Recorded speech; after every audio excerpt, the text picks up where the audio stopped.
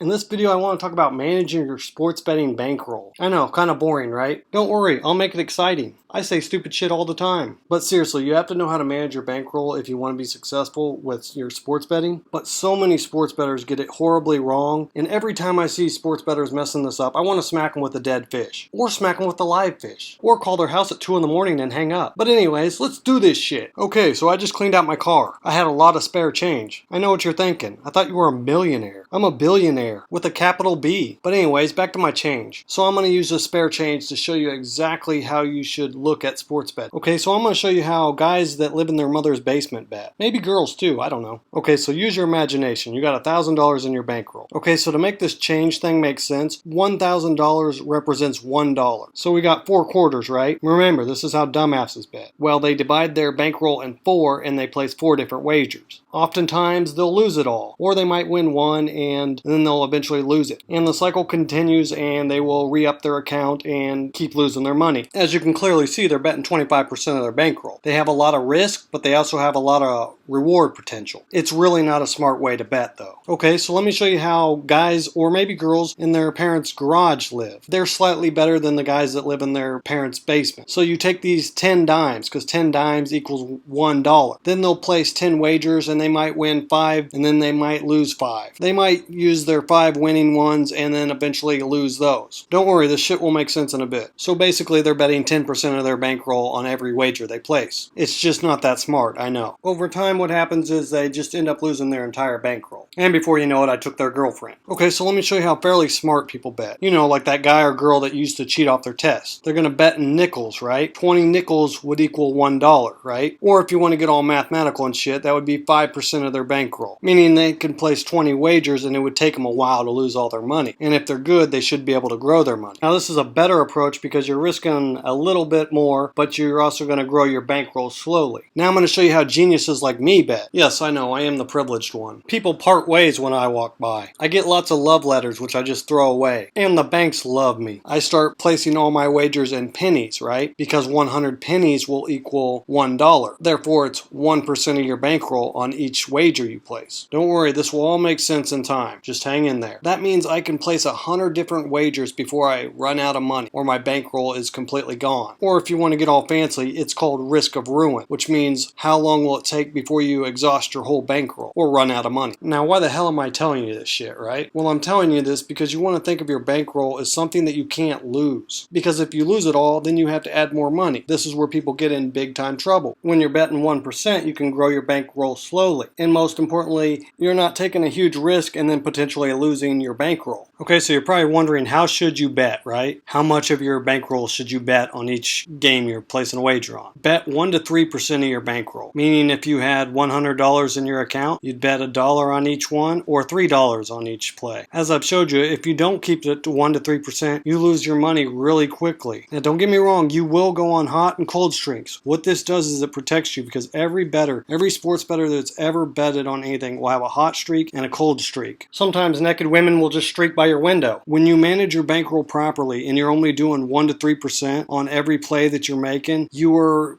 giving yourself like a buffer, a safety net for when you go on hot and cold streaks. So just remember, as a general rule of thumb, 1 to 3%. Next, let's just talk about units for a second. What a unit is it's what you place a bet on every single time. For instance, we'll start with a small bankroll of $100. If you're placing units on that, that would be 1 or 3%. Whatever you're going to place. Let's say it's 1%. So you're going to put $1. $1 equals 1 unit. You must keep that consistent. Now, there are some instances where you might take a 2-unit bet, which means you're just going to double what you're normally betting on everything. This is just basic sports betting bankroll management. Next, we got to talk about when do you increase how much you're going to be betting, like per unit. I mean, if we started with $100 and now we have $150, when is it a good time to start adjusting our unit size? Now, you don't want to do this like right after a big win or anything. What I like to do is every month, say I had $1,000 in my sports betting account and then after a month I had $1,500, well, I would adjust my numbers to now 1 to 3%, whatever I was going kind of bet as a unit. Again, don't do it like after a big win or anything like that, or even after a big loss. Also, don't try to double down after you have a loss. That is a huge mistake. Just keep it consistent and do it every month if you increased your earnings. Let me introduce a tool that makes managing your bankroll so much easier. It's called OddsJam. I absolutely love OddsJam. There's not a lot of things I love in life, like unisex bathrooms. That shit's just weird. But anyways, this feature is 100% free on OddsJam. It syncs with over 140 sportsbooks, and you can manage all your sportsbooks in one place. It does have a number of premium services that I highly do recommend. But if you're tired of using like Excel or something to manage all your bets and everything, I highly recommend you check out the link in the description.